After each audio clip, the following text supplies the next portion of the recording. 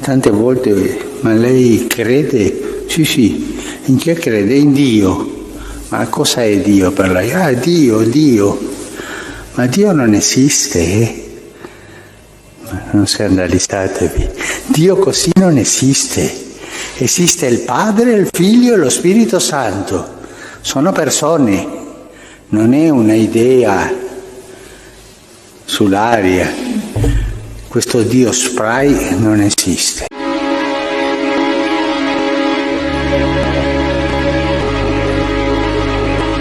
Olha só o que o Papa Jesuíta disse em uma de suas explanações religiosas, lá no Vaticano. Não veja isso apenas superficialmente. Isso aqui que ele disse precisa ser analisado a fundo. Ele disse: Deus não existe, o que existe é o Pai, o Filho e o Espírito Santo. E ele disse: essa ideia de um Deus spray não existe. Ele criou a expressão Deus spray se referindo a essa ideia filosófica de um Deus que existe de forma difusa, solto por aí, integrado à natureza, à força da vida.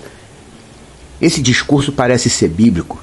Afinal de contas, ele diz que o Deus eterno é uma entidade pessoal, uma pessoa espiritual. Porém, ao se expressar dessa forma, ele está dizendo que o Deus que existe é uma trindade. Entenda bem o que ele disse. Ele está dizendo que esse conceito de um Deus integrado à natureza é errado. Isso é errado mesmo. Ele disse que não se deve acreditar num Deus caracterizado por algo implícito na própria natureza criada. Nisso está certo também. Ele disse que o Deus que existe é uma pessoa espiritual. E realmente é. Mas ele também disse que o que existe é o Pai, o Filho e o Espírito. Ele está reafirmando o conceito de trindade. Mas o Deus existente não é uma trindade. Não existe trindade. O Deus eterno, Deus Criador, Yahtzirah, Senhor dos Exércitos, é uma única pessoa espiritual, uma única entidade viva. Ele é um só. O termo é esse, para poder entender. O Deus eterno é uma única entidade viva. No texto de Marcos, Yeshua diz: o principal de todos os mandamentos é Shema Israel, Yah Eloheinu, Yah Echad. Ouve Israel, Yah é o nosso Deus, Yah é um. Isso na tradução correta, porque o pessoal coloca: ouve Israel, Senhor nosso Deus é o único Senhor. Essa tradução manipulada.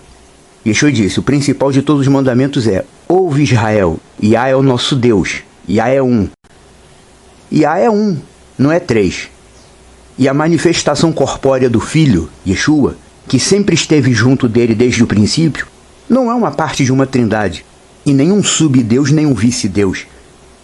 Yeshua é parte integrante da natureza de glória do único Deus que existe. Tem gente que não consegue entender isso, mas isso não tem nada a ver com trindade. O conceito de trindade é quando há três divindades que se conectam e se integram e se completam, em termos de atributos e funções e ações. Mas no mundo celestial, conforme o texto sagrado ensina, não há três, só há um. Yah é um, e a essência vital dele se manifesta de forma múltipla. Seu filho Yeshua faz parte dele. E Ruach HaKodesh, o Espírito do Deus Eterno, é o Espírito do Pai e do Filho. Alguns judeus atuais dizem que Ruach HaKodesh seria uma espécie de porção feminina do Deus masculino. Isso não existe. Isso é cabala. Nenhum dos antigos ícones do caminho de Deus disse qualquer coisa jamais parecido com isso. A única referência de mãe espiritual que a gente vê no texto bíblico é quando Paulo escreve aos Gálatas dizendo que a nossa mãe é a Jerusalém celestial, a cidade santa que vai descer dos céus. Única referência sobre esse tipo de coisa. Ruach HaKodesh é o Espírito do Deus Eterno, a essência vital da divindade plena, é a energia existencial do Pai e do Filho, o qual não são dois, são um, como o próprio Yeshua disse: eu e o Pai somos um. Yeshua faz parte do Pai. Tem gente que ainda não entende isso, mas com o tempo há de entender. E há de abrir a mente da pessoa para ela entender melhor. O Deus Eterno sempre é representado com um termo masculino. Em seu cântico de vitória, em Êxodo 15, Moisés diz: Yah é homem de guerra, Ish Milhamah. E nos textos do Pacto Novo, em todo o tempo vemos Yeshua chamando Yah de pai. Ele nunca chama de mãe, ele chama só de pai. Yah é manifestado aos profetas como um ancião, com barba branca. Yeshua é o filho de humano. Ancião, filho, termos masculinos. Nem fêmea, nem trindade, nem força da natureza. Yah é um só. A maioria das falas desse Papa jesuíta causa confusão porque ele foi levantado justamente para isso, para mudar o cristianismo.